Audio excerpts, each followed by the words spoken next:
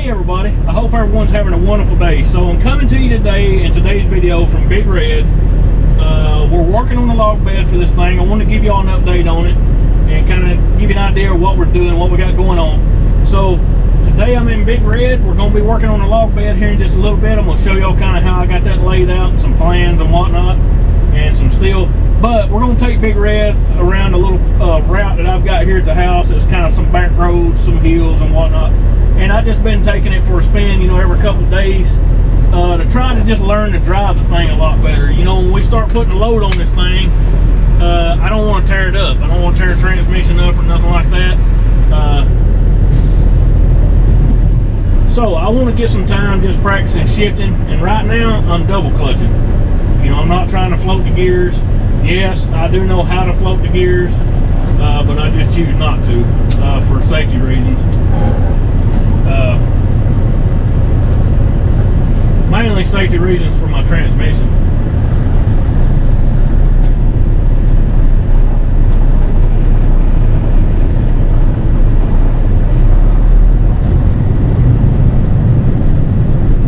I'm still not that good at driving it and shifting it and all that good stuff. So that's why we've just been practicing taking it around the block and whatnot. I got to get back down to the yard here. This thing is pretty long, so it takes a little tons to get it where you want to go.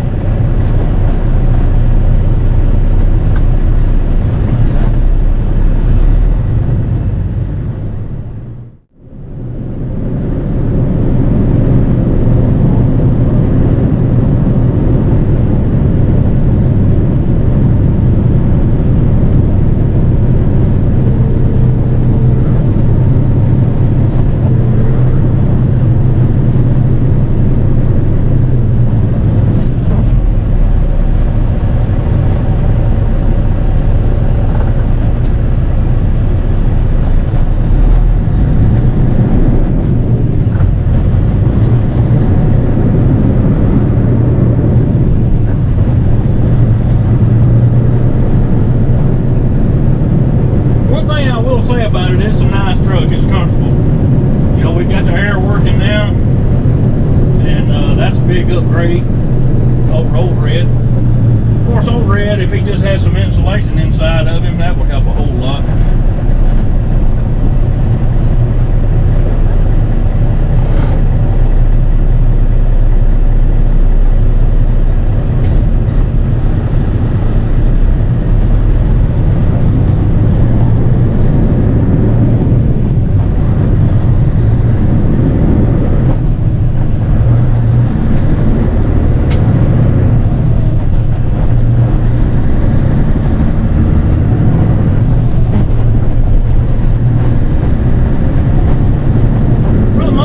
Pretty easy to drive,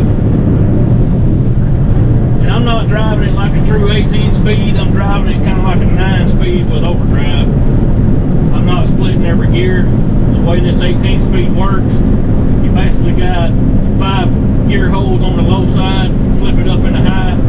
You got 4 more gears on the high side, and you can split every one of them with this splitter on the side if you wanted to, and that would give you 18 speeds. I don't really need all 18. I'm empty, I'm not pulling nothing, so I don't really need them.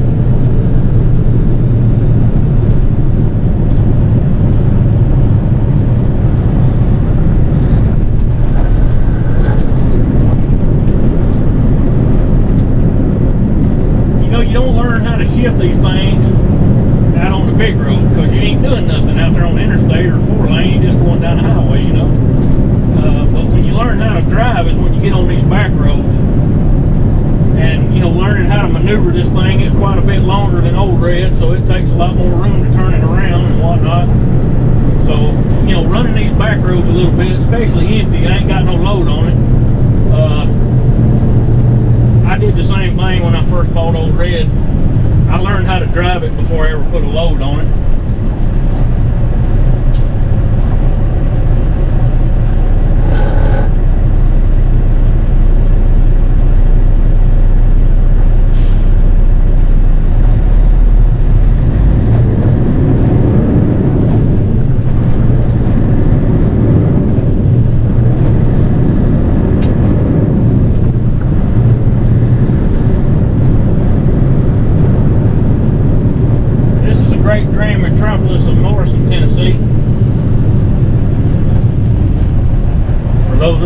never been here.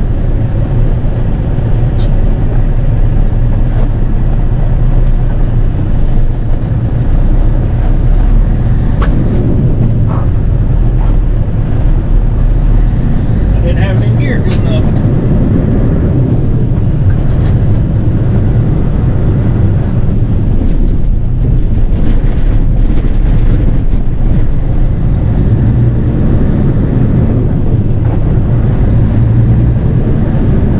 Tight little turn right back there where we just come in at.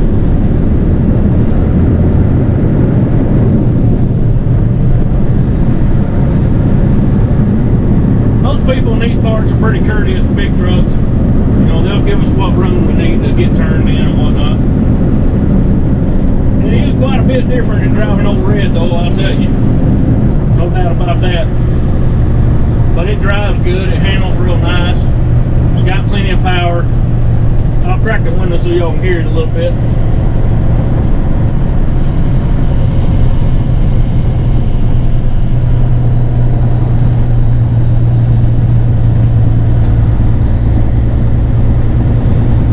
It's got a 6NZ Caterpillar, 2003 model T800 Kenworth, for those of you that haven't kept up with us.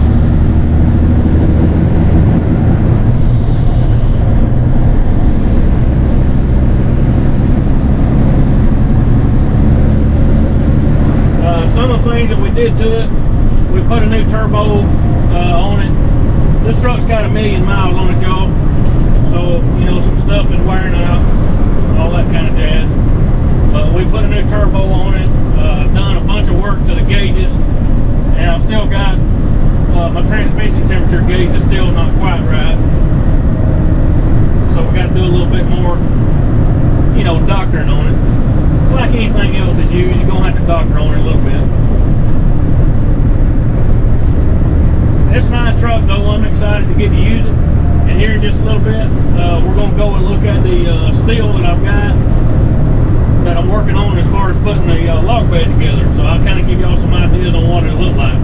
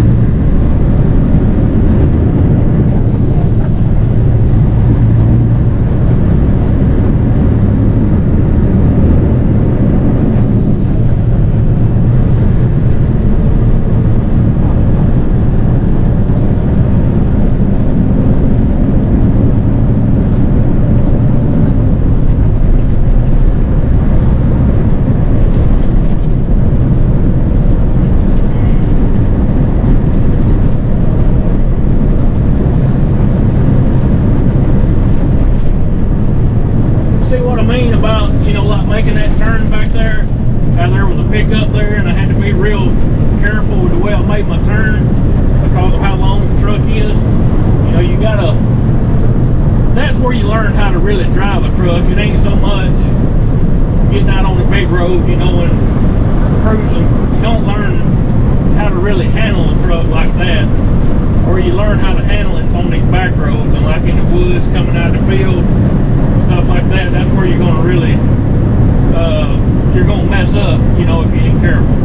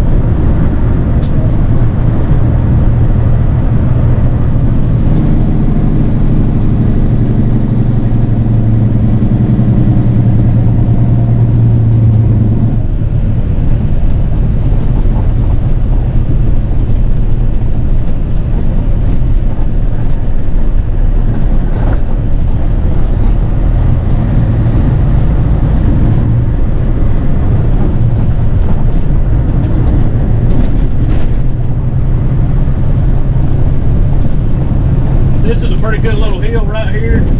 This is kind of where I've always practiced downshifting.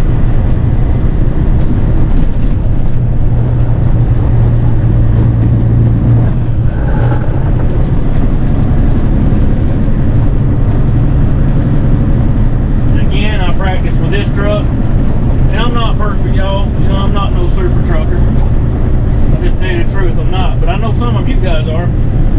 And some of you's probably got some awesome tips that you can throw in the comments.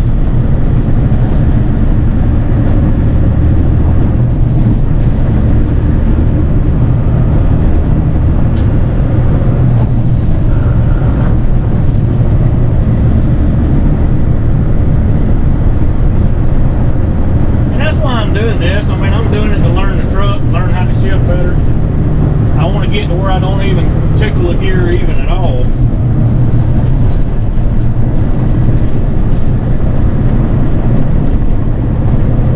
You know, you can get by with a lot of stuff when you're empty, but when you're loaded down 85,000 pound gross, you know, if you miss a gear or if you start grinding one trying to throw it in, you know, whatnot, that's when you start breaking stuff. We ain't wanting to do that.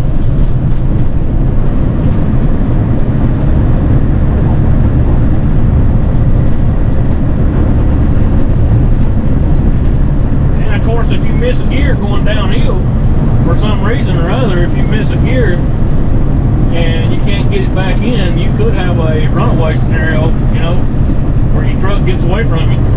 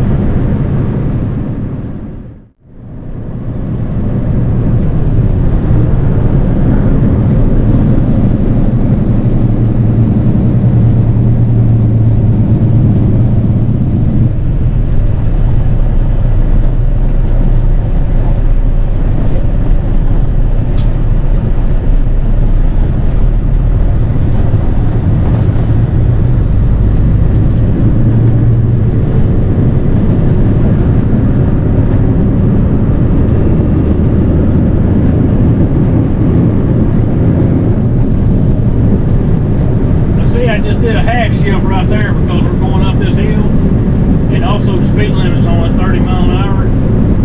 So, you know, this 18-speed transmission is highly customizable in the way you shift it. It's kind of like old Red.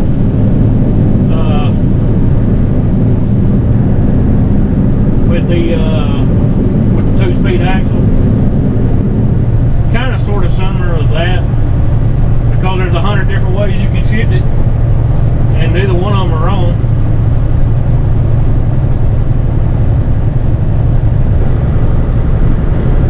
Really, the only way you get good at it is just doing what I'm doing now, and just getting out here tooling around. I'm burning a little bit of diesel fuel to learn my truck and how it shifts, and I'm doing it empty. That's the main thing, is I'm doing it empty. So that way I'm not, you know, tearing up a rear end or tearing up a transmission or whatnot. I want to get really proficient in shifting this thing and being smooth before we ever put a load on it. if that makes any sense.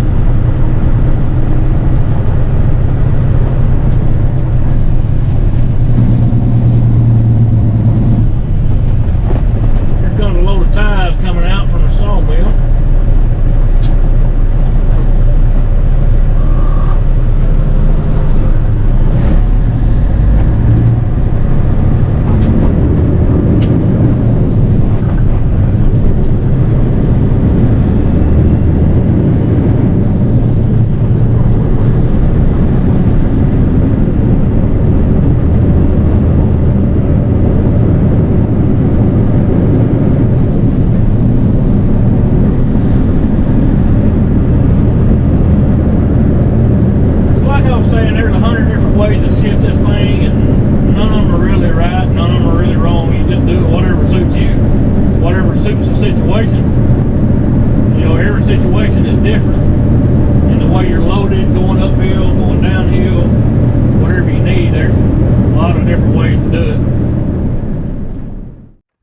Y'all, real quick, I hope y'all enjoyed that little ride along. I mean, this is just stuff, you know, this is my everyday part of life that I just do every day.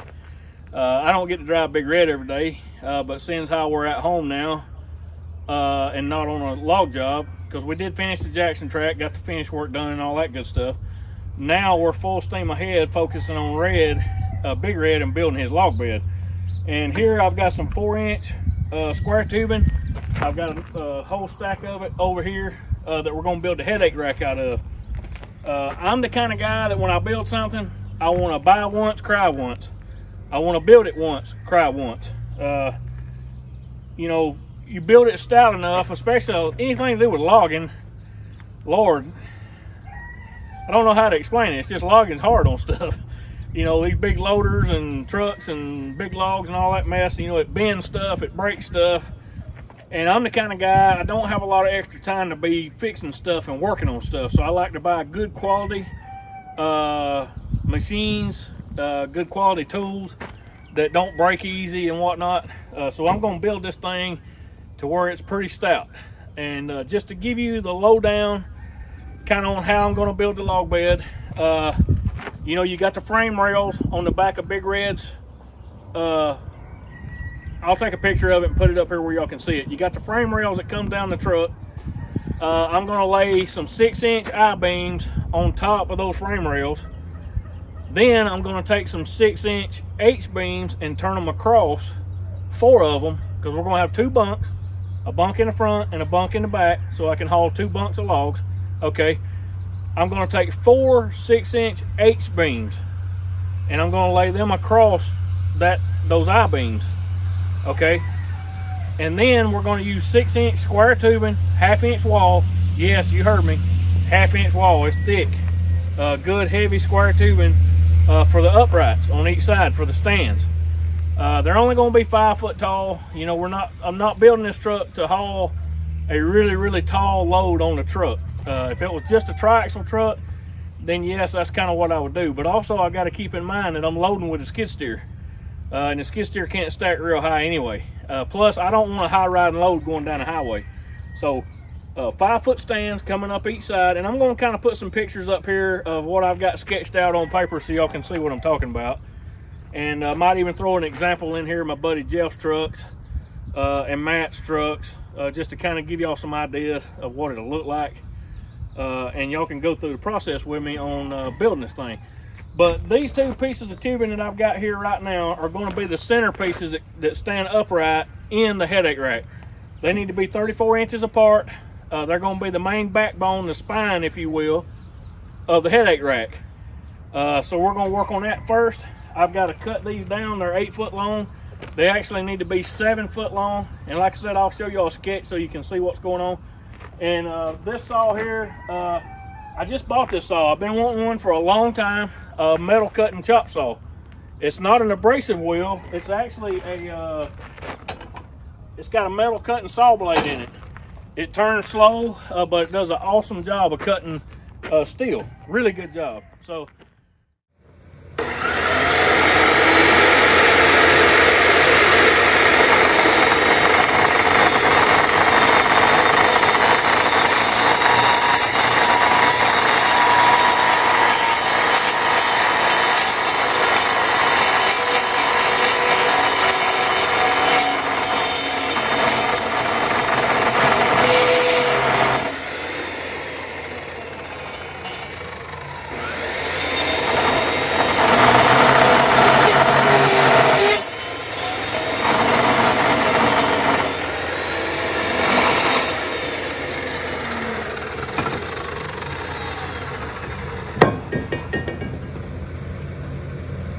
I think it does a pretty good job, y'all. I cut some pipe with it yesterday, just to tinker with it a little bit. It can cut angles. It's a Makita miter saw, metal cutting saw. I don't know if you call it a miter saw or not. It does cut angles though, and that's kind of what I wanted, because I do a lot of fabrication work, and being able to cut angles would be nice. That'd be cool. And these are not, I actually told you wrong, they're not supposed to be a total of 7 foot. They're supposed to be a total of 6'8", because we've got to allow for the top tube to come over the top, and it's 4 inches. So it needs to be 6'8". Then when we lay the top tube on, coming across the top, that'll make up 7 foot. Okay.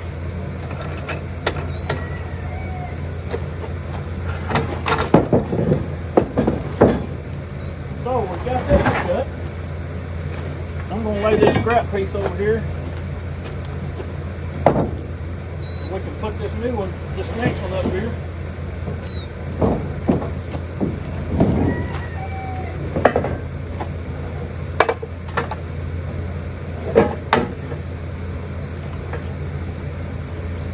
Now I need to mark it.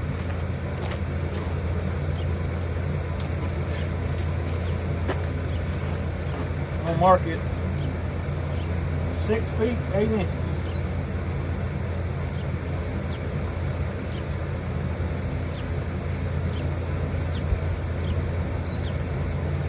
We measured twice and cut once.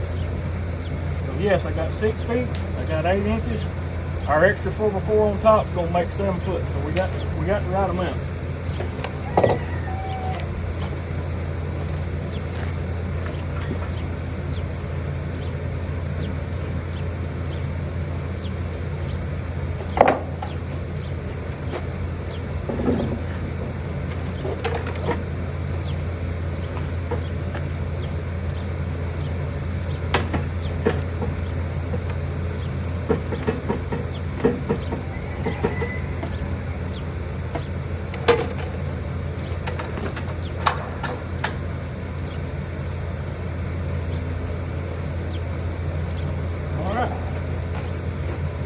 Make sure my saw mark. Okay, so we're good. So now we've got another 6 foot 8 inch piece. I'm gonna measure one more time. This steel costs too much to mess it up. All right, here we go.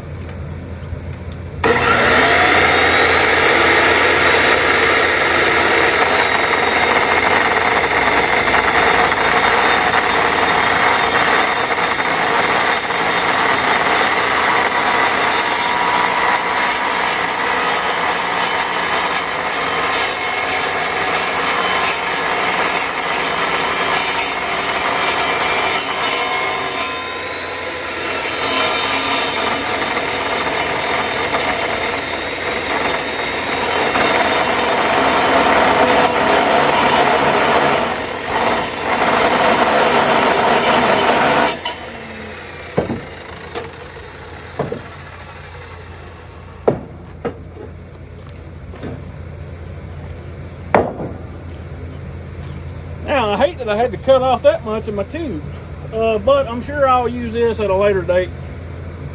I'm definitely sure I'll use it at a later date. I do like this chop saw though. This metal cutting saw, it's pretty nice. I like it. I want to see how square it's cutting.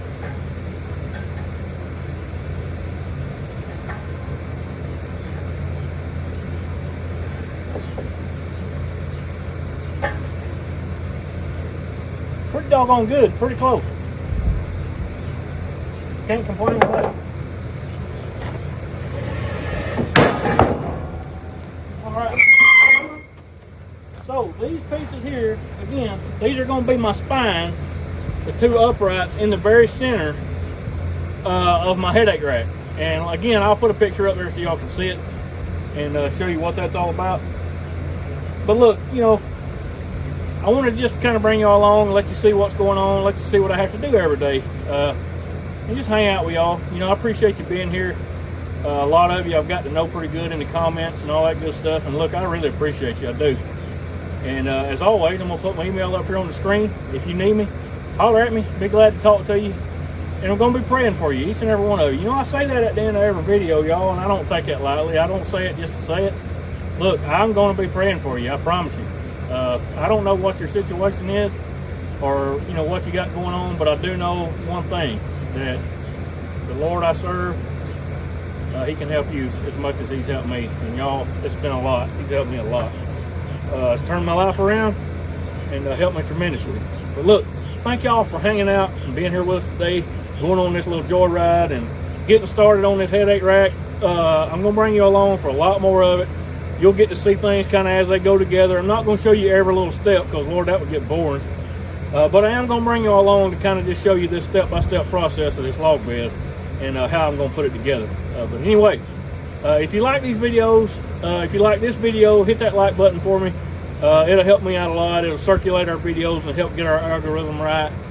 And then if you like what we're about here on the channel, you know, hanging out, chainsaws, big trucks, logging, mules, all that good stuff, you know, hey, hit that subscribe button. You'll be notified when the new videos come out. And look, it'll help us out a whole lot too.